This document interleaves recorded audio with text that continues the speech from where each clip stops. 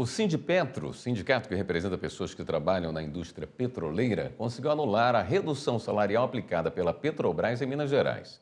A medida havia sido tomada durante a pandemia da Covid-19. A terceira turma do Tribunal Superior do Trabalho entendeu que o corte nos salários foi decidido de forma unilateral, sem acordos individuais. Repórter Michele Chiapa.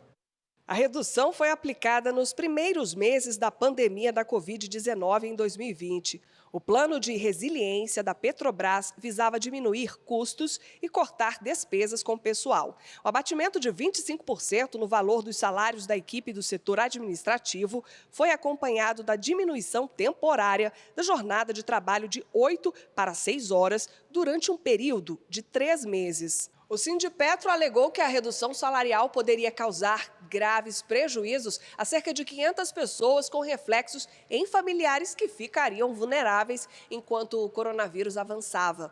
O sindicato sustentou também que os salários dos lotados em áreas administrativas já eram menores, porque eles não recebiam os adicionais referentes ao regime de turno.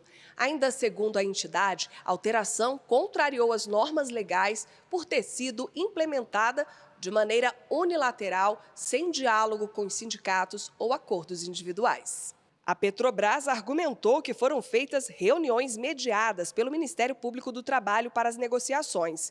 De acordo com a empresa, a pandemia causou uma diminuição da demanda do setor de óleo e gás e um aumento de custos decorrentes da necessidade de isolamento social da força de trabalho.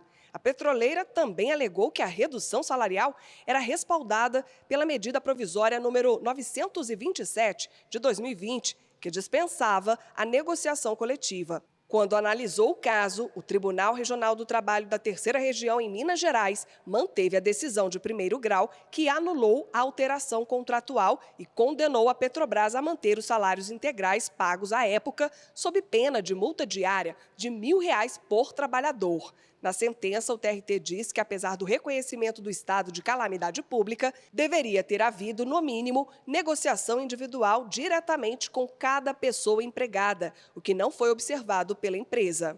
A Petrobras entrou com recurso no TST. O relator foi o ministro Maurício Godinho Delgado. Ele explicou que a redução salarial sem a participação dos sindicatos foi autorizada durante a pandemia como medida extremada e excepcional.